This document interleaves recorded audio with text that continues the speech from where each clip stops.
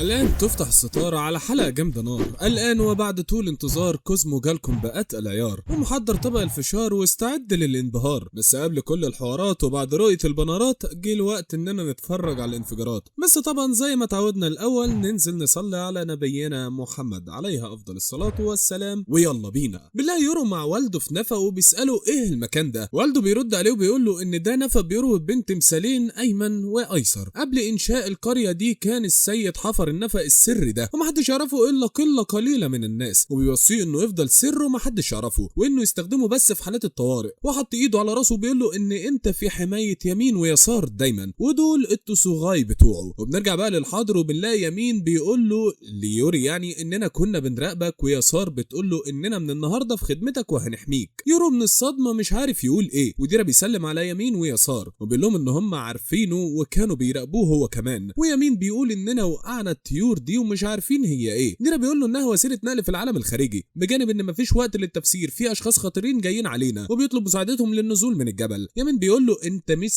سيدنا يورو هو اللي يأمرنا ويقول لنا نروح فين ونيجي منين. بيقول لهم انا عارف لكن مفيش وقت للشرح. والبنت اللي تمتلك تصغير الاسنان راحت لهم بتقول ليوري انت طفل صاحب ال 16 سنه، وبنعرف من كلامها ان في فرق سنه في العالم الخارجي عن اللي هم فيه. وبتقول لهم اوعى حد يقول على التصغير بتاعي انها وحش ولا تستخفوا بصلابتها. بتقول لهم فهمت انت اخو اسا الاكبر. اتعصب جدا من اللي هي قالته وبيقول لها انت اللي قتلت الناس اللي في القريه. بتقول له ايه رايك هو انا بشحمها ولحمها. بتقول له انها هتاخده معاها مشكوره. يمين بيقول احنا رهن اشارتك امورنا واحنا في خدمتك. قال لهم انتوا حارسين مقدسين، انا عيل تافه ماليش ان امركم، لكن ليا طلبين. اول طلب ان في ناس لسه عايشه في القريه دوروا عليهم واحموهم، وتاني طلب ان ده خصم ومحدش يقرب لها، غير كده اعملوا اللي انتوا عايزينه. وبالله يا اسا الحقيقيه بتقول للجده يا ماها احنا مش هنغفر ليكم على اللي انتم عملتوه، ورمتها على الارض. وبنرجع ليمين وهو متحمس وبدا يندفع على صاحبه التصغاي، ولكن بدون ما يلمسها بدا انه يطير من فوقها وبيقول لها انا مهمتي انقاذ القريه. لكن يسار حدت الطباع مع نفسك انت بقى حلوه. وبالله يسار رجلت التصغاي بتاعها في الحيطه لزقته وبتقول لها ان سيدي قال نعمل اللي احنا عايزينه وانا الصراحه عاوز اقتلك. ويورو ما صدق وصابهم بالسهم في رجلها واتألمت وبيستعد يوجه لها ضربه تانية، بس التسوجاي بتاعها بينقذها وبيطير بيها لبعيد وبيجري وراها يورو ويسار. وبياخد ديرا القلاده وبيقول خلصونا بقى عايزين ننزل من الجبل ده. وبنروح يمين اللي بيحاول ينقذ الناس اللي نجت وبيصحي البنت اللي امها ماتت وبيفوقها. اول ما البنت بتستغرب ان مفيش حد بيبدا يوريها نفسه فبتخاف ويغمى عليها تاني. وبيتضايق يمين ان اول ما ينقذ حد ويظهر نفسه بيغمى عليه وبيشوف اسا الحقيقيه وهي خارجه، واول ما بتشوفه بتهجم عليه بس هو بيصد الهجمه على طول وبيقول لها ايه الهجوم ده، في حد يقابل حد كده، وانها لو عايزه تتقاتل يعني تقاتله يعني هيقتلها، بس هو مشغول بينفذ اوامر سيده. وبتهرب بس بيشم ريحتها وبيلاقيها مألوفه. وبنرجع ليسار اللي مدوقه غاب الرعب والتصغير بتاعها بيحميها، وبتحاول يسار تفتح بقه علشان توصل لغابه وبتقدر تفتح بق الوحش. وهنا يورو بيقول لها مفاجاه وما بيصدق وبيضربها بسهم في كتفها ويوقعها من الوجع. وهم بتتدخل اسا وتعمل هجومها اللي بيشغل يورو واصحابها وبتنقذها، بس يورو بيظهر ويهددهم ان هم ما يتحركوش وبيقول لهم انتم مين. فبتقول له انا اختك اسا. بيقول لها انت كدابه، اسا مش كبيره قوي كده. فبتقول له اننا في العالم الخارجي بناكل كويس وان نظرات اسا اختي مش عنيفه كده. فبتقول له ان من اللي انا شفته يا اخويا من مر الدنيا. وهنا بيظهر يمين وهو بيقول لهم ما ينفعش العيله تتحارب. وهنا بيقول ليورو انه هو واسا الحقيقيه عندهم نفس ريحه الدم. فبيستغرب يورو وبيقول امال مين اختي اللي في القلعه اللي في السجن دي. فبتقول له اسا انها مزيفه وان قبل 10 سنين لما هربت مع اهلنا الجده خافت ان انت كمان تهرب، فعملت اسا مزيفه علشان تخليك قاعد هنا، وعشان انت اخ حنون ولطيف فاكيد مش هتسيب اسا وتمشي. وفي نفس الوقت بنشوف الظل اللي طلع من اسا المزيفه بيعيد تشكيل نفسه بقى على شكل اسا تاني. وبيتصدم يورو من كلام اسا وبيجي ديرا يلطف الجو وبيقول لهم كفايه قتال وامشي يا اسا. بس يورو بيرفض وديرا بيقنعوا ان هم ما يعرفوش قدراتها لسه يعني، وانك لو فضلت هنا القريه ممكن تتدمر اكتر واللي نجا ممكن يموت. وبيقتنع يورو وبيقول لاسا انها لو سابت القريه دي في حالها هيسيب غابو تعيش. وبتوافق وبيسيب اسا وبيمشوا وبتعاتبها غابو انها ازاي ما مسكتش يورو وانها مجروحه وما ينفعش تخاطر. وبنشوف غابو بتتألم وبتقول ده اخوك المفتري ما عندوش رحمه وقناص بارع، والاهم من كده انه عايش. وهنا يتأثر اسا وبتعيط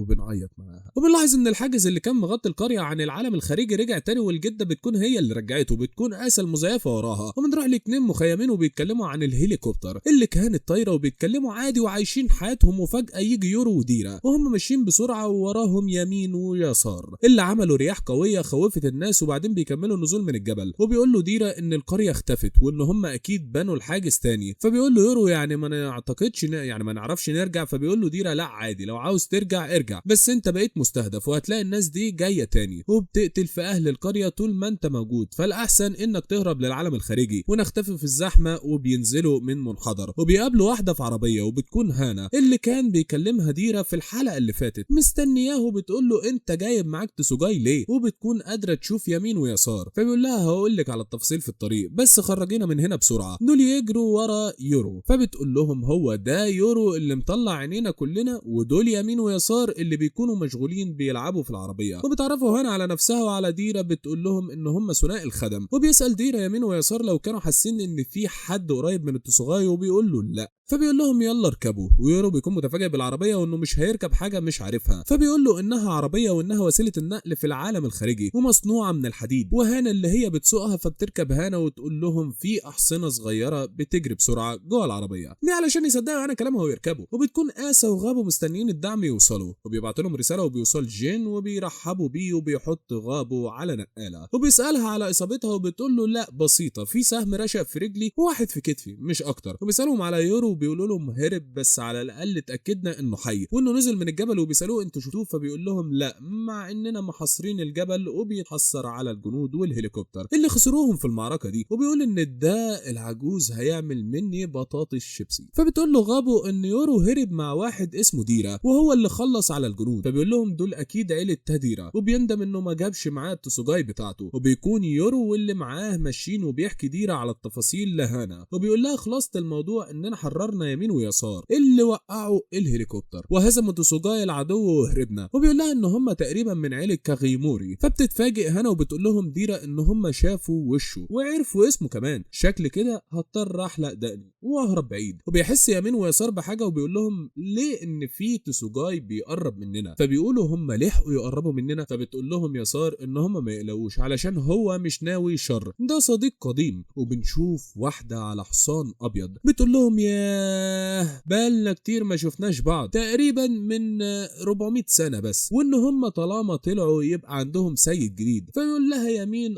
وانه مجرد طفل. وهنا وديرا متفاجئين خالص. وبيكمل يمين ان السيده احد قاسمي الليل والنهار. فبتقول لهم الموضوع مرهق، وبتسالهم هتعملوا ايه دلوقتي. فبيقولوا لها ما نعرفش، احنا هنستخبى في مدينه فيها بشر كتير. وبتقول لهم يبقوا احكوا لي عن الموضوع لما تيجوا. وبتسيبهم وبتمشي. وديرا بيستغرب يقول انا ما شفتش كده قبل كده. وهنا بتقول ايه ده هم موجودين اصلا. وساعتها يورو بيقاطعهم ويقول مين دي اصلا. فبيقولوا له دي في عينك دي اوشيرا، واحده من الكيانات المقدسه اللي رتبتها كبيره في التسوجاي. وبيبدا يشرح له ديرا. وهنا بيتضايق يمين ان هم بيعاملوهم وحش، وان هم في القريه كانوا بيتعاملوا زي الكيانات المقدسه. وبيسالوا يورو على كده التسوجاي انواع. فبتقول له هنا اكيد، بس الانواع دي البشر بتسميها زي الكيانات المقدسه والارواح، وان في تسوجاي زي اوشيرا بتحب تعيش مع البشر بسلام، وتسوجاي تاني بيحب الشر والرذيله. وان التسوجاي الاسنان اللي كان مع غابو كان من النوع المقاتل، وانه لو ما عجبوش سيده بياكله. وبنرجع لاسا اللي بتعتذر انها سابت اخوها يهرب، وانه كان قرارها، وانها مستعده تتلقى اللوم من السيد. بس غابو بتقول لها انها كانت بتحميها. فبيطمنهم جين ان هم طالما عرفوا انه يورو حي وانه في العالم الخارجي كمان دي كفايه. وبتقول لهم غابو انه لولا تدخل آسا علشان تنقذها كان زمانها في ايد يورو والقريه. فبيقولوا للدرجات التسوجاي قوي. فبتقول له ده قوي، ويورو ما صدق وضربني بسهمين وخلاني عاجزه ما قدرتش استخدم قوتي. فبيقول جين ده اخوكي ده يا آسا شرس. فبتقول له عقليه اخويا زي القناص المحنك. والجو بيمطر وبنشوف جنديين من الجنود المصابين، وبيقولوا لازم نرجع لكاغيميرو والا سابونا. وبيقولوا ان هم خامس مره يعدوا من هنا، وان هم مش هيقدروا يخرجوا بسبب الحاجز. وبنشوف الليل جه، ويورو بيبص للشباك وبيشوف انوار المدينه. وبتخلص حلقتنا على كده سيدات الساده والسكر الزياده. احب ابشركم ان في حلقات جايه في الطريق، ما تنسوش بس تعملوا اللايك وسبسكرايب وتكتبوا لنا رايكم في كومنت علشان ده بيساعدنا نكمل. واشوفكم في الحلقات الجايه، يلا سلام.